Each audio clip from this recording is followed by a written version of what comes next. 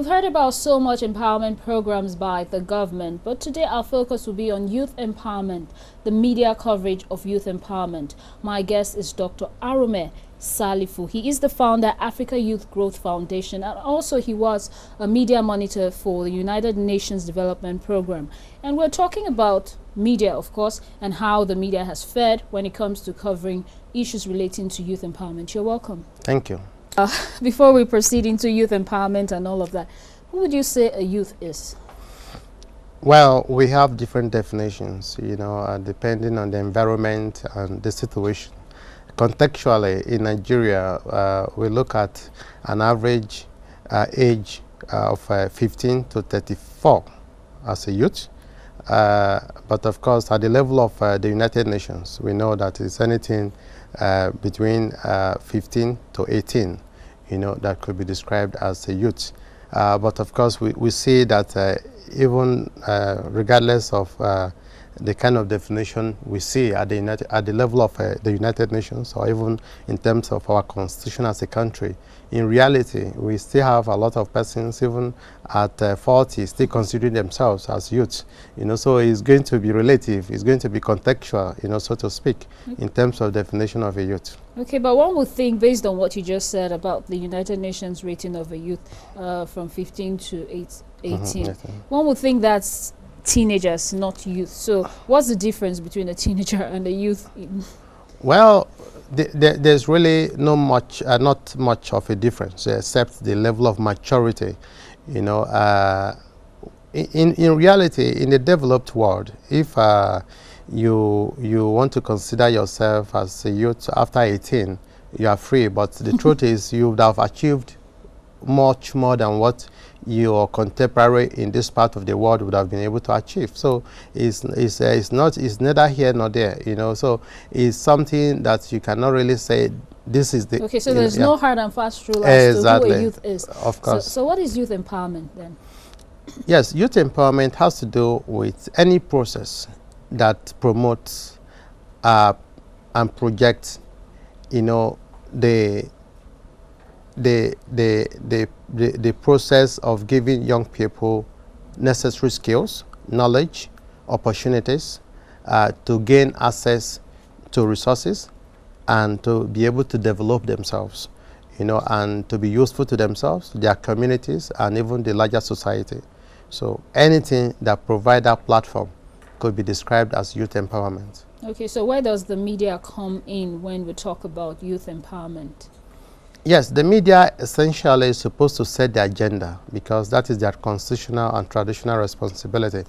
And if the media fails to set the agenda for youth empowerment, the stakeholders like the government, public sector actors, the international partners that are into the development of young people, the NGOs wouldn't be able to see it as, would not necessarily want to see it as a key, strategic objective that they should drive or push, focus, on. And so it's important for the media to help project that strategic agenda of making sure that the issue of youth empowerment is constantly on the minds of the stakeholders, so that at the point of policy formulation, at the point of policy implementation, at the point of deliberation and decision making on what to be done and what not to be done, where, when and how, issues of youth empowerment will be at the center of the entire conversation. But do you think they're doing that well enough? Not at all. I must be honest with you. Yes, quite a number of them are doing, pockets of youth, empowerment promotion. Because I was in one just last week, talking about youth unemployment in Nigeria, and then like you are doing now is one. NTA is trying to project the fact that youth empowerment should be a key.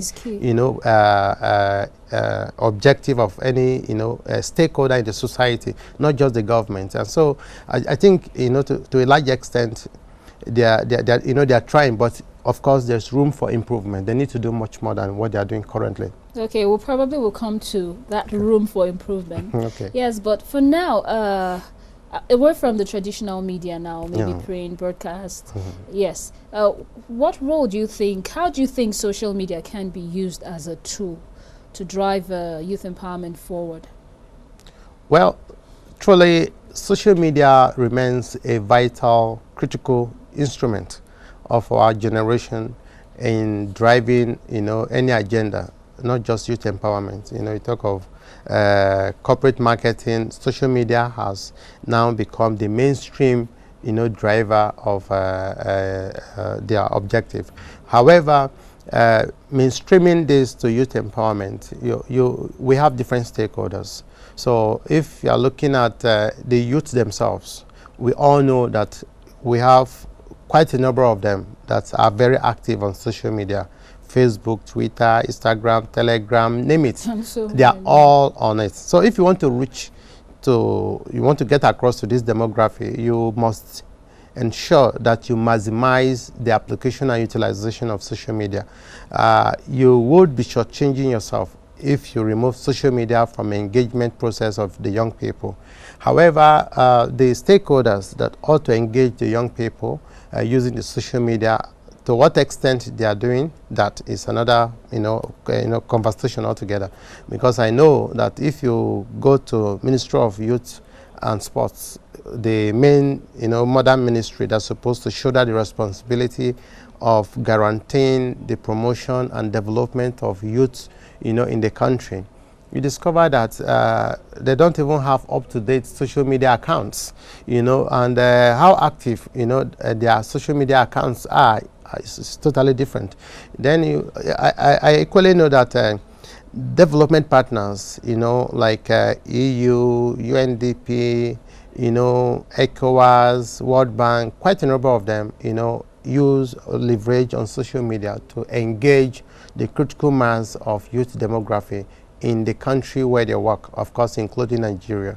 But we want more of that to happen because a lot is happening out there, from the stakeholders, from the key actors in the sector that a lot of young people are elusive of, that they're not aware of, and so coming back home within the country, the various government institutions that are responsible for the promotion and development of youth empowerment in the country are supposed to leverage on these same social media, platforms to drive the agenda, to engage the young people. Okay, but so you're saying they haven't done that well yes, enough. To be honest with you, I wouldn't know to what extent. Agencies like CBN, Central Bank of Nigeria, Bank of Industry, National Directorate of Employment, SMEDAN, and many others, NYC, their social media account ought to be very active and exactly. And then on the other side, because we have the demand and the supply side of social media,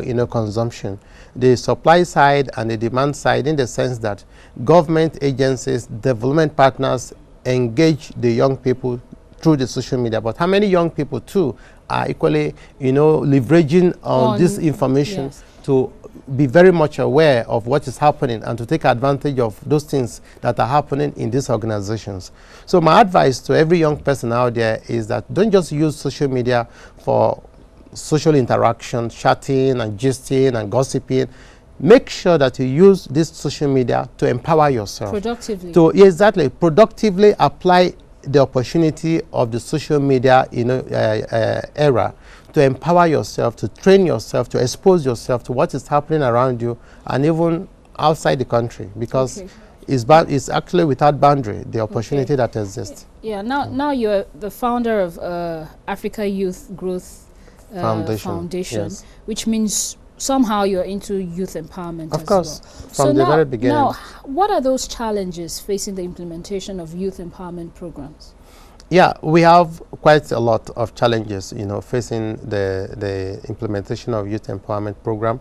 I would like to stratify these challenges into one, look at paucity of fund, and then why am I saying that? Because you see, every year government budgets, and you discover that the budgets are not even implementable, not cash backed, and so you just have figures on paper, but in reality the projects are not implemented.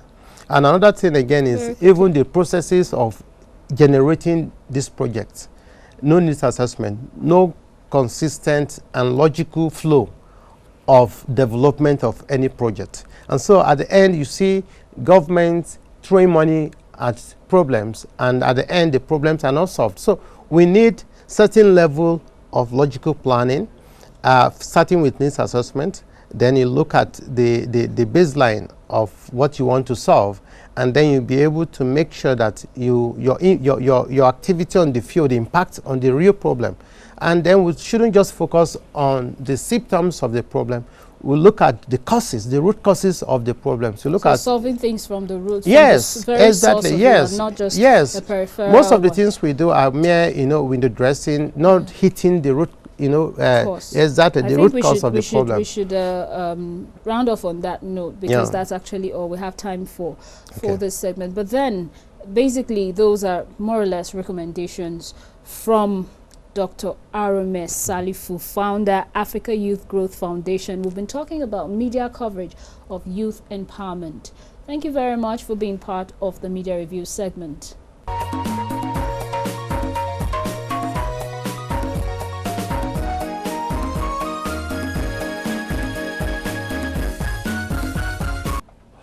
So the date is 27th of March 2018. All route leads to the International Conference Center, where the footprints of change and the formal launch of mobilization for 5 million advocates of change will be made in Nigeria. It's time to go. Yeah. Are you attending? Well, I may be there, I may not be there. Yeah, whatever may be the case, whether you get the chance to go or not, just remember at the back of your mind, the only thing that is constant is change. Believe it, change begins with you, it begins with me. Till next week, join us again. Bye for now. And as always, on behalf of all of us, always be there to watch Inside as it remains insightful. Thanks for watching. Bye-bye.